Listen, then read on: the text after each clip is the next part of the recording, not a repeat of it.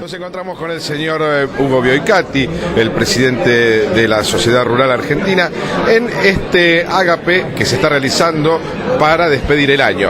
Hablando de despedir el año, señor Bioicati, ¿cuál es el balance de este 2008 tan convulsionado, podríamos decir? Por lo menos, no sé si esto sale en horario de protección al menor o no, porque si tengo que hacer un balance, la parte negativa es un poco fuerte, pero empecemos por la parte positiva.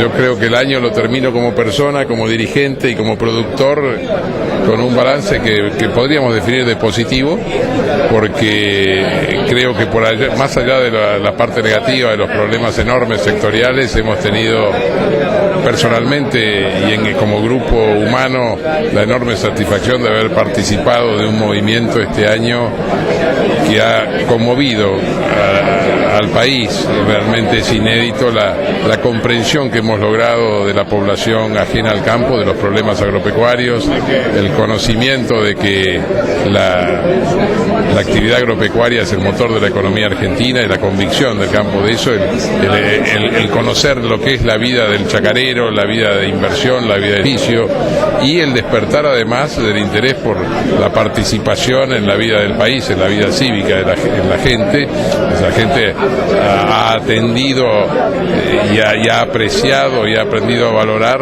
el despertar lento, pero despertar al fin de las instituciones del país, las instituciones de la República, del federalismo, de la coparticipación. Se han tratado a fondo y con gran conmoción popular temas que antes se ignoraban totalmente, y creo que haber sido en alguna medida partícipe de ese movimiento es lo más positivo de este año, y es muy importante para nosotros como personas, como dirigentes y como sector. En cuanto a lo negativo, bueno, sectorialmente es prácticamente todo. El año empezó muy complicado con las medidas del gobierno que impedían aprovechar los precios internacionales. El país se privó de obtener las ventajas de las divisas que provenían de la carne, de la leche, de los granos, de las economías regionales. Todo fue una máquina de impedir que provocó o iba provocando conflictos que desbordaron con la resolución 125, donde se volcó todo el esfuerzo y se logró frenar. Eso fue un triunfo, pero mientras tanto la situación de los sectores se fue agravando enormemente, la situación de la carne, de la leche, de las economías regionales, por cuanto primero que en esa época había una vertiginosa inflación que fue incrementando los insumos hasta niveles realmente intolerables, con precios planchados por el Poder Ejecutivo y con resoluciones que impedían la comercialización, la exportación, impedían todo tipo de actividad prácticamente comercial en el sector, además de la sequía que nos golpeaba a la mayor de 70 años.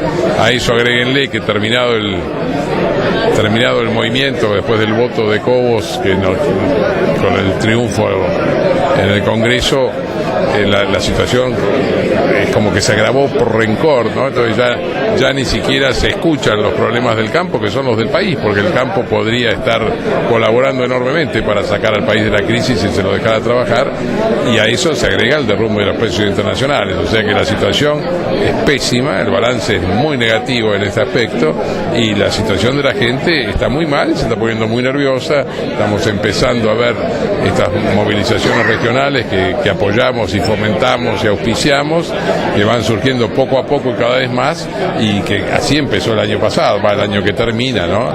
En una especie de creyendo que si uno no lo para llega a niveles que pueden ser difíciles de controlar. Usted habló de la resolución 125, que fue, digamos, el detonante de todo el conflicto y todo lo que vivimos durante este año. Los otros días, el expresidente Kirchner hizo alusión a la resolución 125 y dijo que era una medida, digamos, visionaria, porque con los precios a los que bajó hoy la soja, ustedes se hubiesen visto realmente muy beneficiados, ¿no? Pero él hacía hincapié sobre que era una medida que la iban a tomar para ayudarlos, como para salvarlos, y enfatizaba especialmente lo visionario de la medida. ¿Cuál es su reflexión después de escuchar estas afirmaciones de Néstor Kirchner? Que es una doble falacia. Primero porque nadie, ni los mejores analistas en el mundo, suponían la crisis que teníamos por delante, sino todo lo contrario. Y después que esto iría, aunque se hubiera aprobado la 125 y la tuviéramos, otra falacia es que la situación sería mejor. No sería mejor en absoluto. Sería recién hoy, con estos precios de remate que tienen los granos, estaríamos en el 34% contra el 35% que tenemos.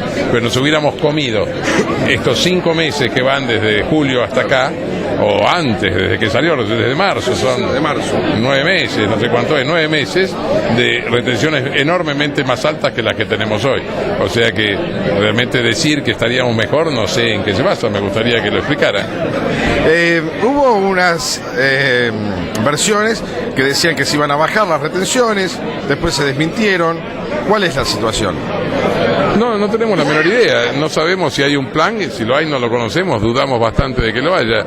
Esto de que se hizo de bajar el 5% de las retenciones de trigo y maíz es nada cosmética, no mueve el amperímetro de la situación del productor para nada.